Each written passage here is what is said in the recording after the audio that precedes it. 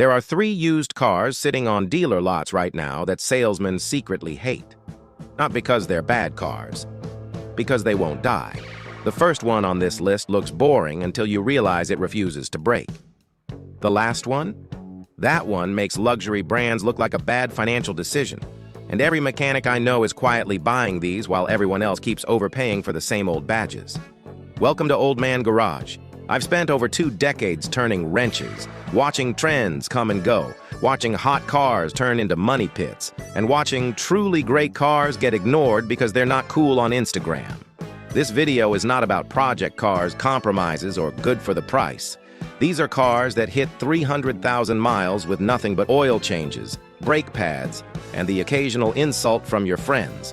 People keep throwing money at Camrys and Accords like they're the only reliable things on earth. Meanwhile, these 3 are sitting there undervalued, overlooked, and laughing quietly while the check engine light never comes on. Today, I'm breaking down 3 of the most criminally underrated used cars in America. Same reliability as the big Japanese legends, but priced like nobody got the memo. Stick around, because if you think number 3 is impressive, the last one is going to completely change how you look at old people cars. And trust me, by the end of this video, you're going to be mad you didn't buy one sooner. Number 3 on this list is a car that mechanics actually like seeing pull into the shop. Not because it's broken, but because when it finally does need something, it's easy, cheap, and doesn't ruin anyone's week. This is the car that quietly humiliates overpriced sedans while pretending to be just transportation. And you can buy one right now for money that people are paying for clapped-out German problems. I'm talking about the 3rd-generation Mazda 6, model years 2014 through 2017. Now let me paint a picture I've seen way too many times. A customer walks in, usually late 20s or early 30s, says something like, "I want something reliable but fun," and then immediately points at a used BMW or Audi like they're immune to consequences. Last year, I had a guy ready to buy a 2015 BMW 3 Series with around 80,000 miles. Dealer wanted just over 15 grand. I asked him one question. "Do you have $4,000 set aside for repairs in the next year?" He laughed. I didn't. I pulled up a 2016 Mazda 6 touring on my phone. 70,000 miles, clean title, $12,000, same year, same general size. Less ego, more brain cells. He bought the Mazda. That was over a year ago. Want to know what he spent since then? Oil changes, tires, brake pads, that's it. No warning lights, no drama, no sad phone calls. Here's why the Mazda 6 is such a sleeper. Mazda did something almost illegal in modern car design. They didn't overcomplicate it. The 2.5-liter naturally aspirated Sky-Activ engine is simple, overbuilt, and allergic to dying. No turbo to cook itself. No CVT pretending it's a transmission. No dual-clutch roulette. Just a proper engine with a proper 6-speed automatic that Mazda engineered themselves and actually tested. And here's the nerd part that matters. That engine runs a 13-to-1 compression ratio. That's sports car territory. But instead of blowing itself up, it gets better fuel economy. We're talking about real-world numbers in the low 30s on the highway, sometimes higher if you don't drive like you're late to everything. It's efficient without being fragile, which is basically black magic in today's market. Every time one of these comes into the shop with over 150,000 miles, the owner is nervous. They're waiting for the big bill, the mythical "here it comes" moment. I put it on the lift, check suspension, scan it, inspect the drivetrain, and then I have to give them the most disappointing news ever. You're good. Come back in 30,000 miles. I've watched grown adults look offended by that. Maintenance costs are borderline insulting. The most expensive surprise repair I've personally done on a Mazda 6 was a water pump at around 140,000 miles, $680 parts and labor. That's not a crisis. That's an inconvenience. Compare that to the average surprise repair on a same-year Accord, which usually lands closer to $1,100, and suddenly the math gets very uncomfortable for Honda fans. Used prices are where this thing becomes a steal. A 2017 Mazda 6, touring with around 70,000 miles, usually sells between $12,000 and $14,000. A same-year Camry SE with similar mileage, $17,000 to $19,000.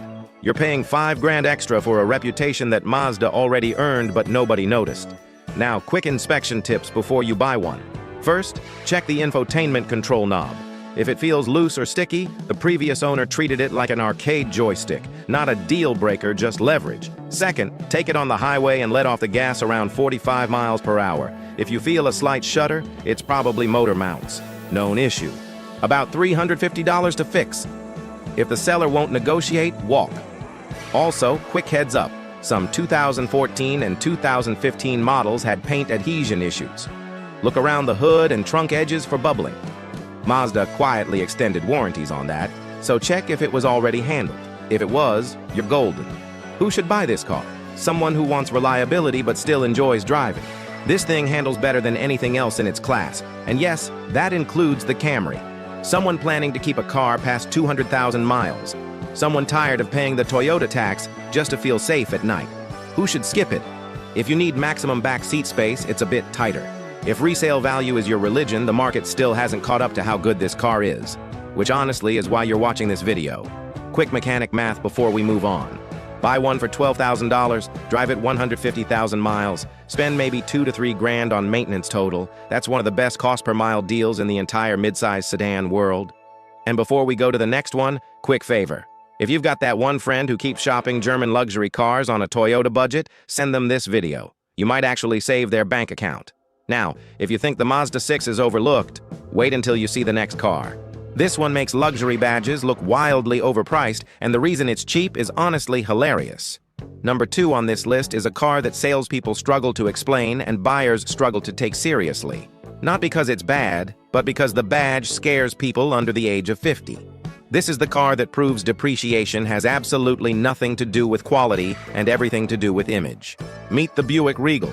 Specifically the second generation, model years 2014 through 2017. Now I know what you're thinking. Buick? Really? Yes. Relax. This isn't your uncle's land yacht with red velour seats and a cassette player permanently stuck on a Barry Manilow tape.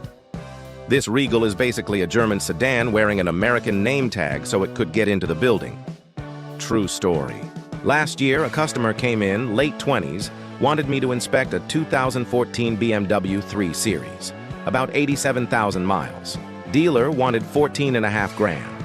I looked at the service history, looked at what was coming due, and told him straight up, "You're about to buy a $14,000 car that needs $4,000 in repairs in the next year and a half." He didn't like that answer. He asked me what I'd buy instead. I pulled up a 2015 Buick Regal on my phone. 62,000 miles. $8,900. Same power, quieter ride, less stress. He bought it. 14 months later, he came back for an oil change. Total repair cost so far?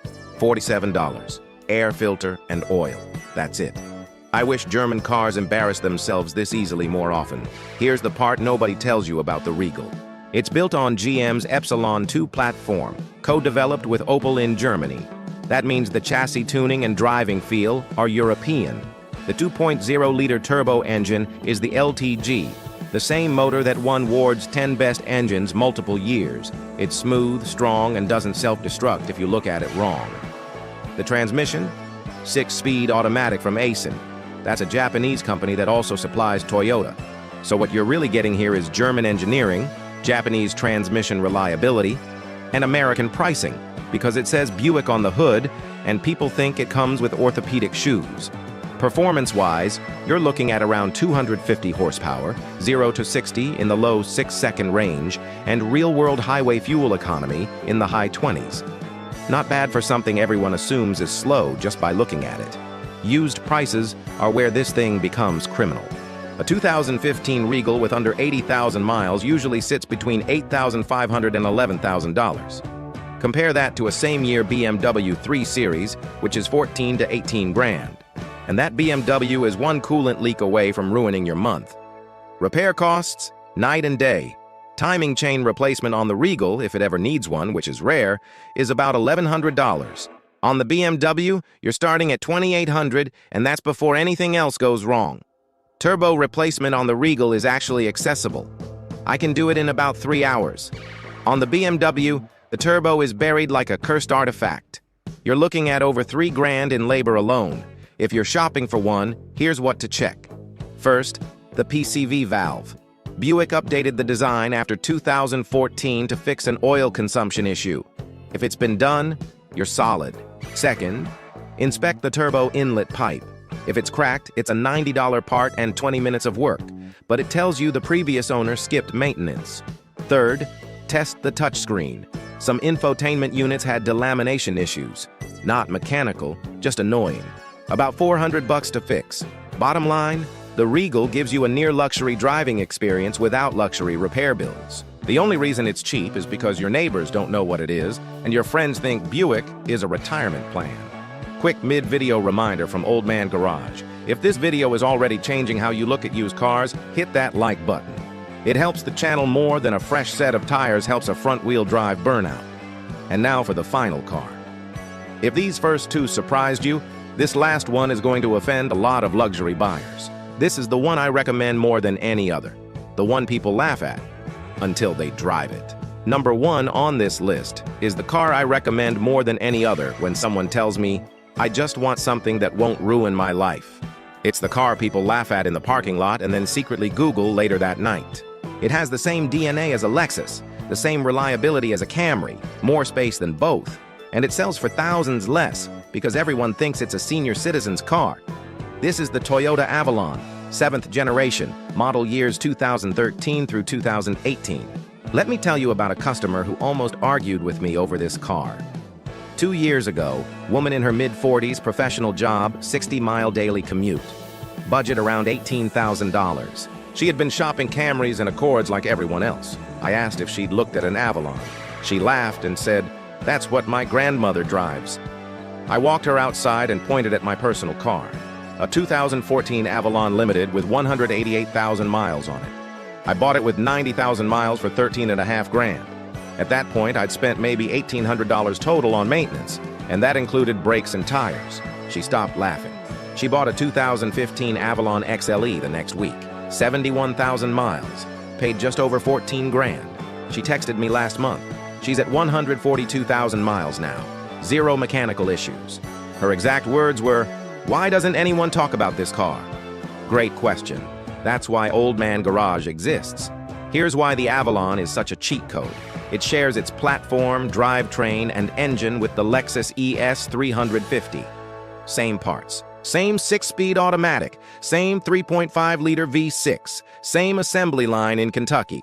The only real difference is the badge and some interior materials. Mechanically, they're basically twins. That engine, the 2GRFE V6, is one of the most reliable engines Toyota has ever made. No turbo, no direct injection headaches, no timing belt replacement, just a timing chain that lasts as long as the engine itself. I personally worked on multiple Avalons with over 350,000 miles on the original transmission. Not, I heard about one. I've had my hands on them. Fuel economy is better than people expect too. You're looking at low 20s in the city and high 20s on the highway. And this thing was built to cruise. 80 miles per hour all day, quiet, smooth, stable, like it doesn't even notice. Now let's talk money, because this is where it gets offensive. A 2016 Avalon XLE with around 80,000 miles usually sells for $14,000 to $16,000. A same-year Lexus ES 350 with similar mileage, $21,000 to $24,000. That's a $7,000 to $8,000 difference for the same mechanical car. You're paying for leather stitching and bragging rights at the valet. Even funnier, a 2016 Camry XLE V6 often costs as much or more than an Avalon. Smaller car, fewer features, same reliability. Make it make sense. Maintenance costs are laughably low. Brake pads for all 4 wheels, around $280. Transmission fluid service, about $180. Water pump, if it ever fails, usually past 200,000 miles, around $650. That's not scary. That's Tuesday. If you're inspecting one, here's what to check. First, run the VIN for dashboard recalls. Some 2013 and 2014 models had cracking dashboards in hot climates. Toyota extended warranties on that. Second, look at tire wear. Uneven front wear usually means alignment was ignored. Not a deal breaker, just negotiate. Third, test the infotainment system. On XLE and limited trims, touchscreens can get laggy. Make sure everything responds. And here's the real pro tip. Find one owned by an elderly person. I'm dead serious. Garage kept. dealer maintained, driven gently. A Grandma Avalon with 60,000 miles is basically a new car with a better attitude. Who should buy this car? Highway commuters, families who want space without an SUV, anyone who wants Lexus reliability without paying Lexus prices, people who plan to keep a car for 10 years and actually sleep at night. Who should avoid it? If you're under 30 and care deeply about what your friends think, this might hurt your image. If you want sporty handling, this isn't it. And if you live somewhere with tight parking, yeah, it's big, about 192 inches long. This is not a compact. Final mechanic math. Buy one for 15 grand. Drive it for 200,000 miles. Spend maybe $3,000 in maintenance. That's it. If I had to buy one car today to last the next decade with the lowest possible cost of ownership, I'd buy another Avalon without thinking twice. So there you have it. 3 cars the market forgot, but mechanics never did.